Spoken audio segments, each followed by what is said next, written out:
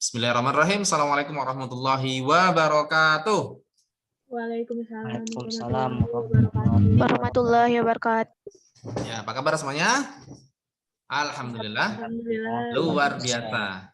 Oh. Ya, meskipun 9 orang, tetap semangat kita.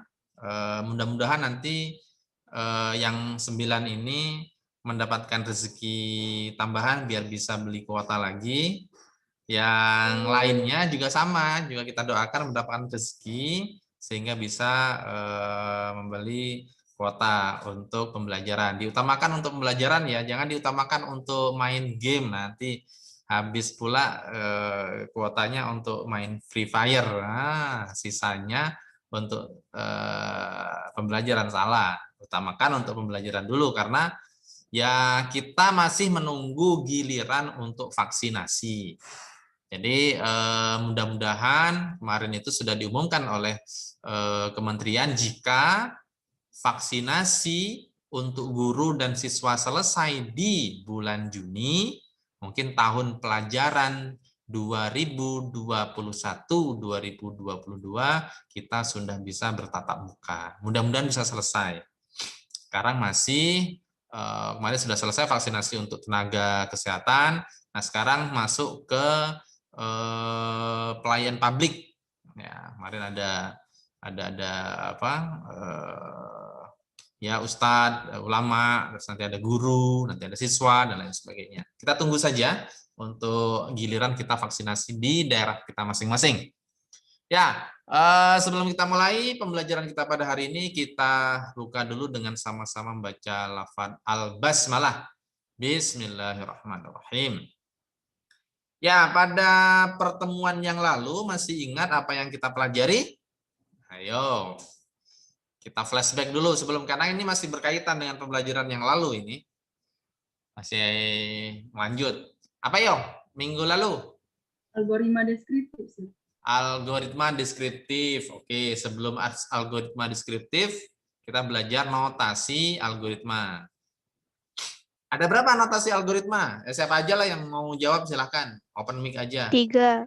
3, apa itu? 1 apa?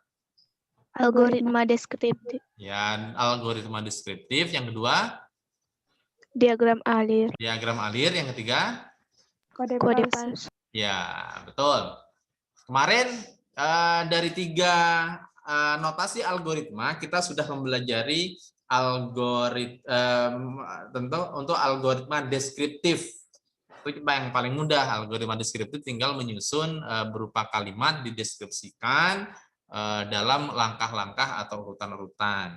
Kemarin kita sudah mencoba untuk membuat algoritma langkah-langkah cara pembuatan tahu goreng ala Chef Habil. Karena kemarin diganti lagi ya dengan chef siapa kemarin itu. Ya. Nah, hari ini kita akan merubah.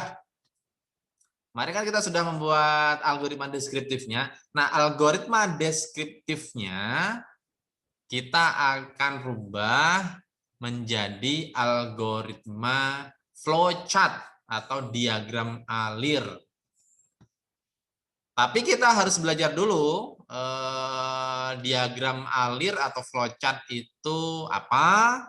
Terus juga yang paling penting kalau di diagram alir itu adalah simbol-simbolnya.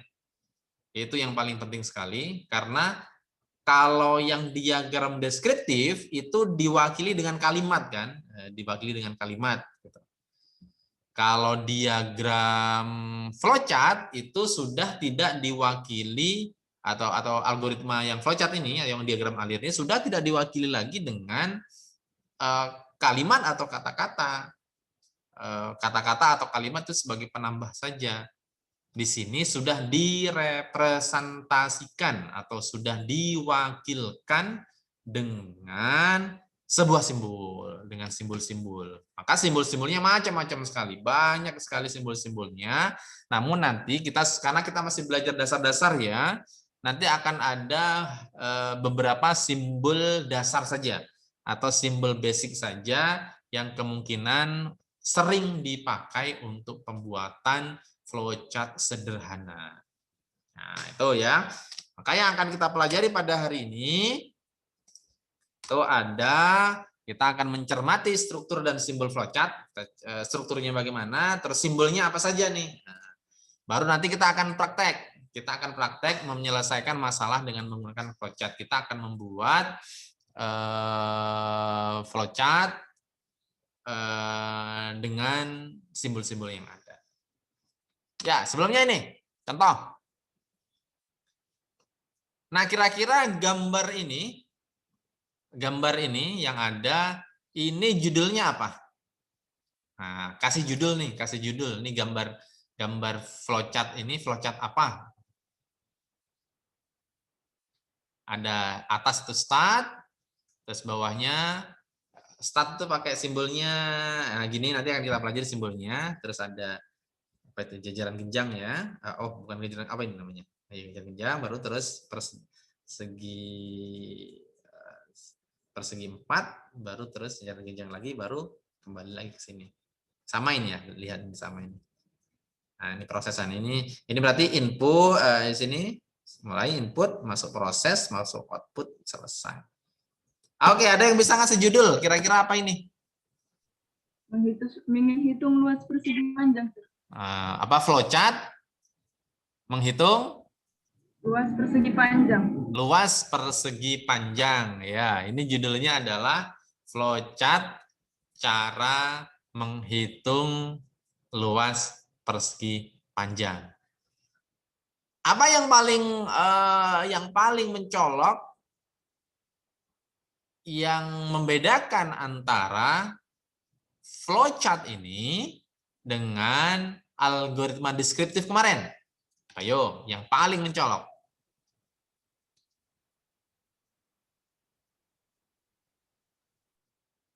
Nah, ayo, kan ada persamaannya. Kalau persamaannya sama, yaitu langkah-langkahnya kan. Yang kemarin itu berupa langkah-langkah, sama. Ini juga sebenarnya berupa langkah-langkah yang berurutan sebenarnya ini. Dari mulai atas sampai ke bawah. Tapi apa yang membedakan?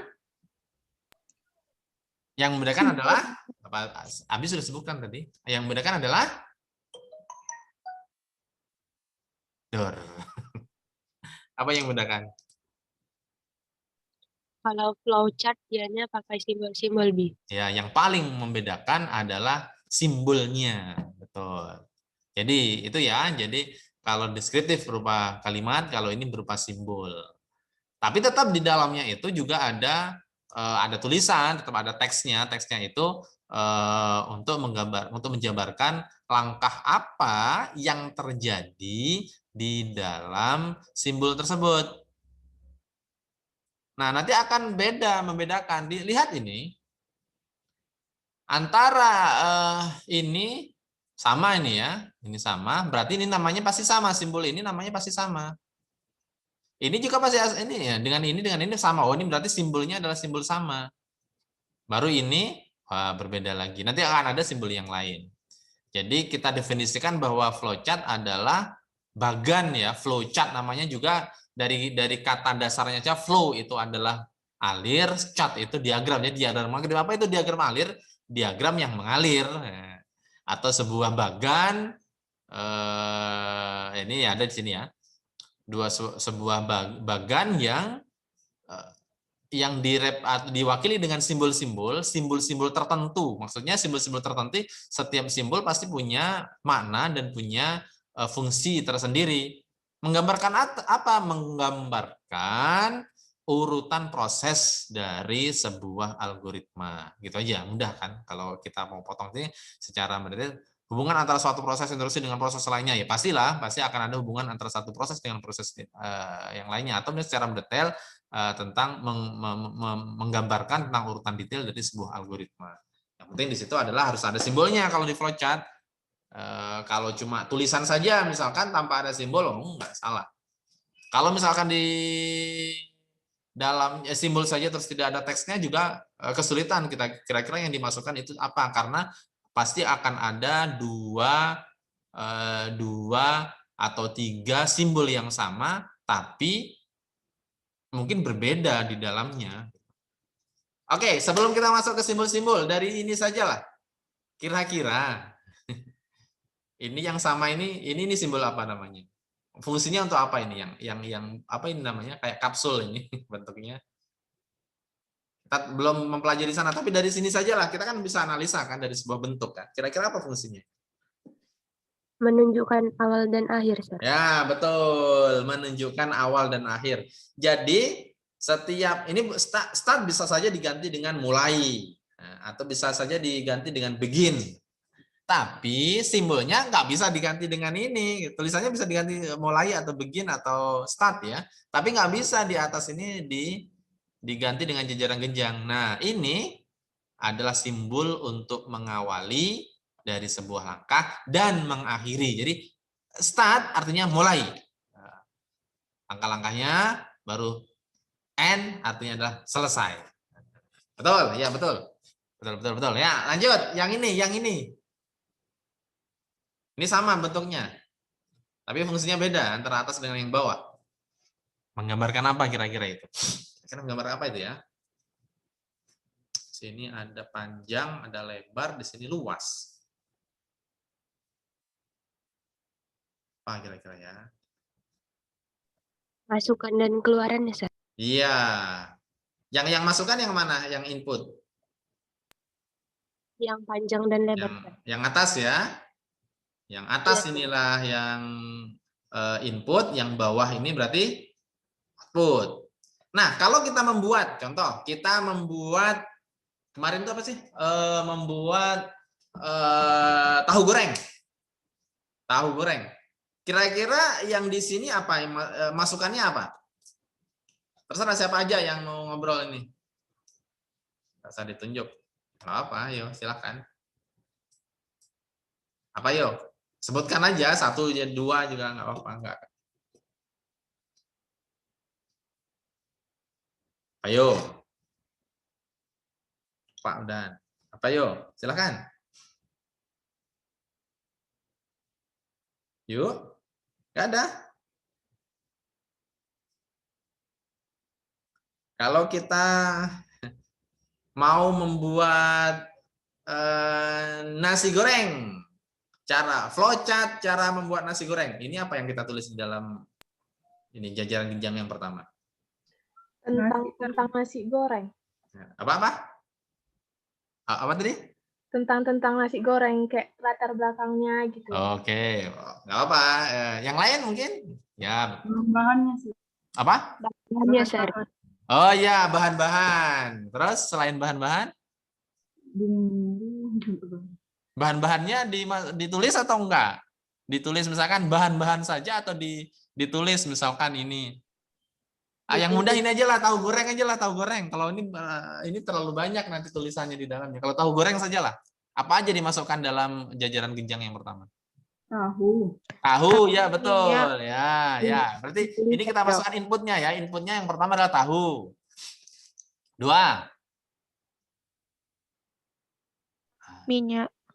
Minyak, betul. Minyak goreng. Jangan minyak rambut nanti kalau minyak aja. Minyak goreng. 3. Garam, ya betul. Garam kemarin kita fungsinya untuk ini ya, untuk mencelupkan atau ini merendam.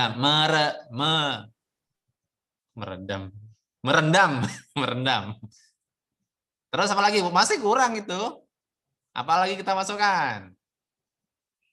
Tahu udah, air sudah, garam sudah. Apalagi? Masih kurang. Sayuran, Sir. Tuh, mana ada sayuran kemarin itu. Tahu gorengnya kemarin nggak ada sayuran. Cuma tahu goreng biasa aja. Ada yang kurang ini.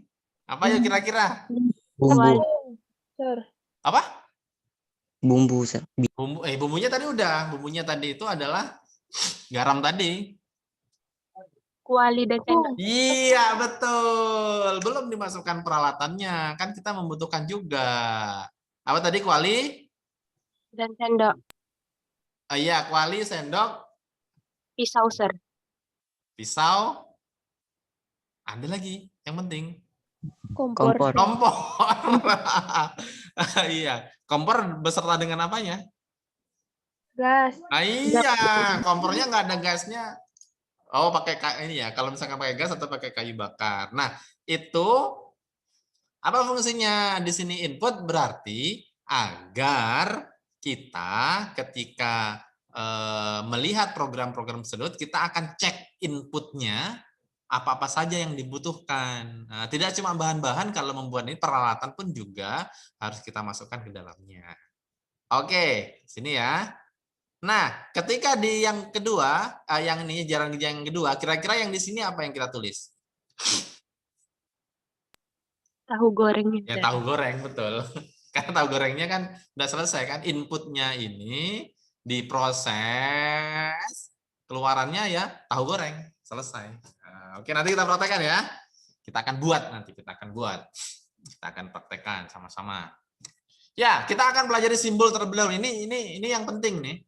Karena di simbol inilah kita akan membedakan antara mana itu yang berupa input, mana itu berupa proses, mana itu berupa garis dan lain sebagainya. Nah, gini, ini yang paling sering dipakai saja ya. Selain ini, Abid sudah sampaikan di modul itu banyak simbol-simbol yang ada, tapi simbol-simbol yang ada selain ini itu sangat jarang sekali dipakai, kecuali nanti kalau kalian sudah membuat diagram alir yang berkenaan dengan sebuah program komputer. Wah, itu sudah lengkap sekali itu nanti.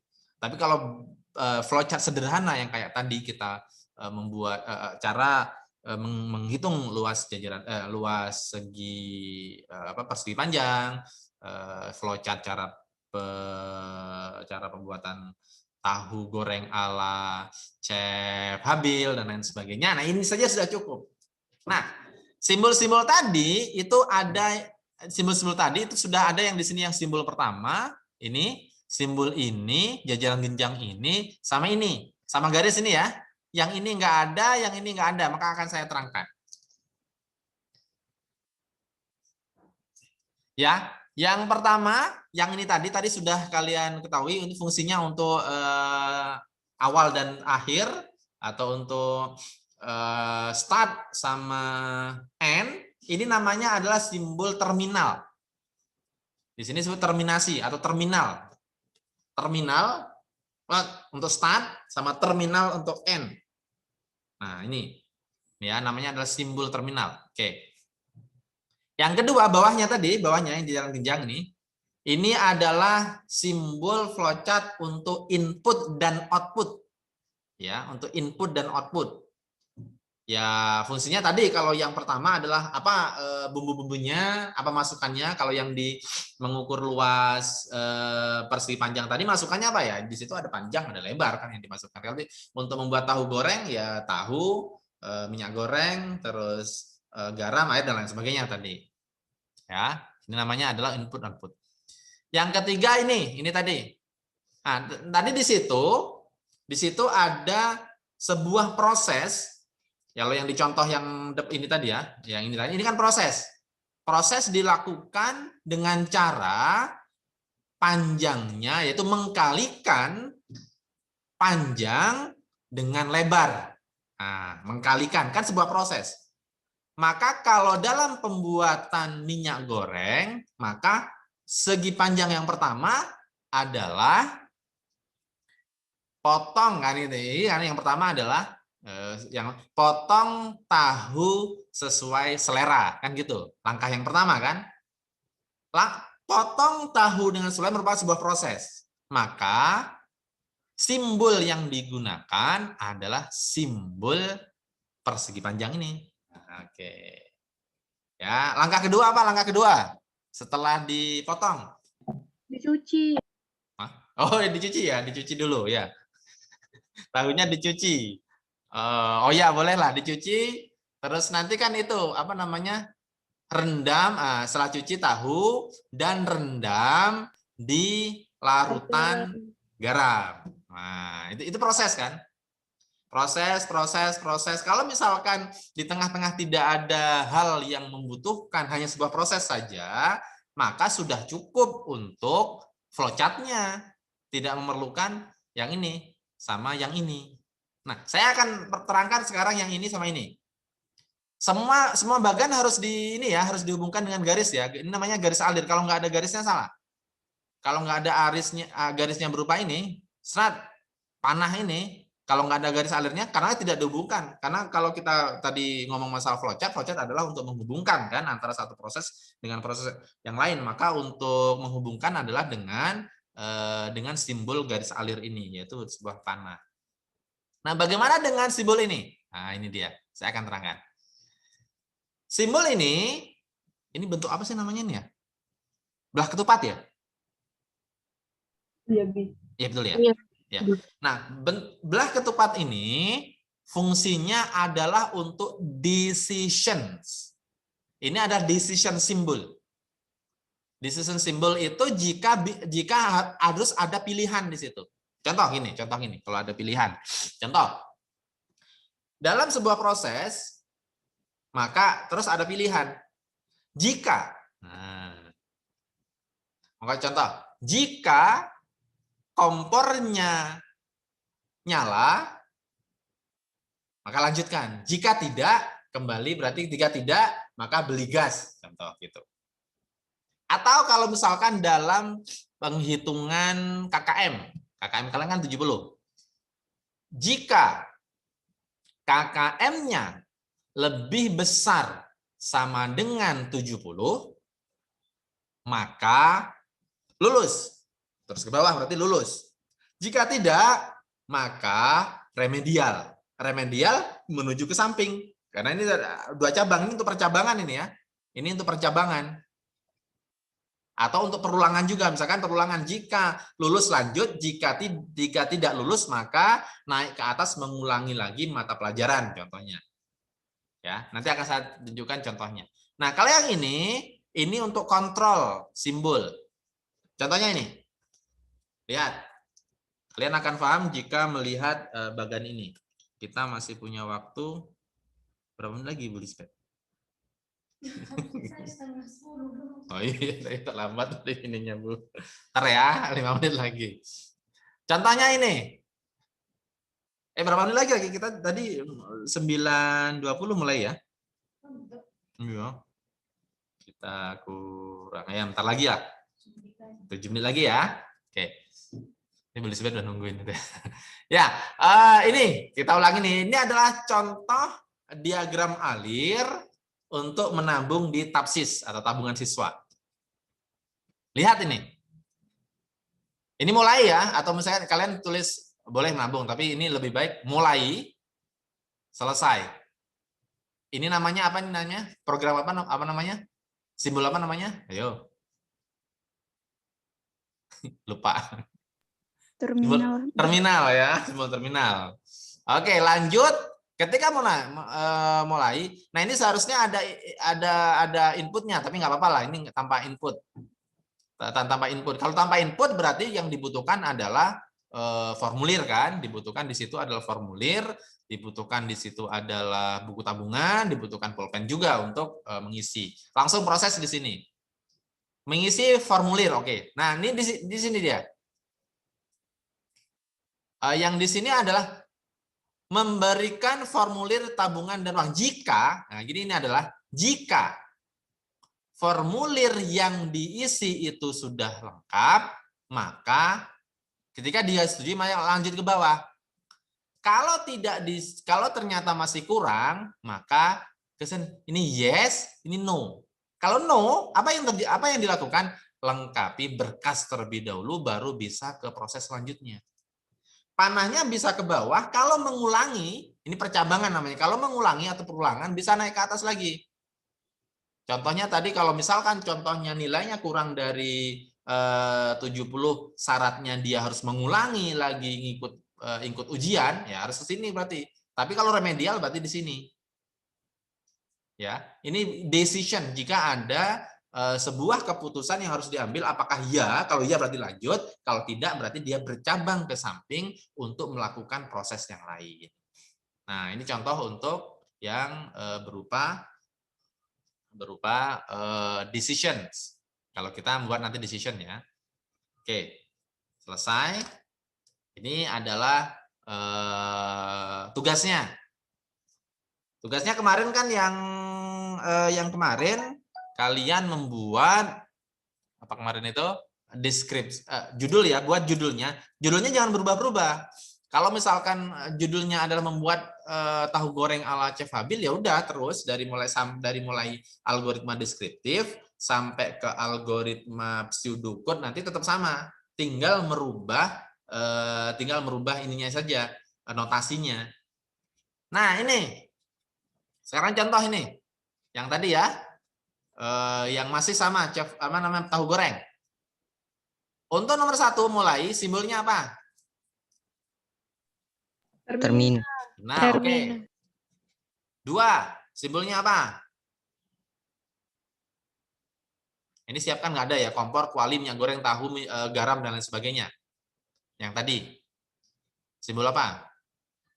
Jajar genjang. Ya, simbol input namanya ya, simbol input. Jajar genjang bentuknya, simbolnya simbol input. Oke. Nomor 3, masukkan minyak goreng. Simbolnya apa? Simbol apa namanya? Persegi panjang. Ya, bentuknya seperti panjang, namanya adalah simbol Proses. proses, betul. Hidupkan kompor. Proses. Proses, betul. Masukkan tahu. Proses. Proses. Goreng hingga berubah warna. Proses, oke ya. Angkat tahu. Itu Proses. input terakhir. Oh, input udah, input di sini. Apa namanya? Output. Output ya, di sini Iya. angkat dan sajikan atau tahu goreng sudah matang. Udah, jadi output. Selesai. Terminal. Terminal ya, kalian udah bisa lah ya untuk membuat sebuah algoritma sederhana. Ya, minggu depan kita tidak ada pertemuan live teaching. Kalian harus menyelesaikan penilaian tengah semester. Soalnya itu dari mulai yang pertama sampai ini. Jadi terakhir itu soalnya sampai di flowchart. Untuk pseudocode nggak masuk. Nanti pseudocode itu nanti masuk dalam ujian kita di penilaian akhir tahun. Itu saja.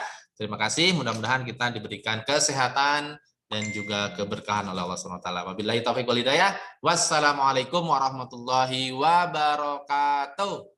Waalaikumsalam. Waalaikumsalam warahmatullahi wabarakatuh.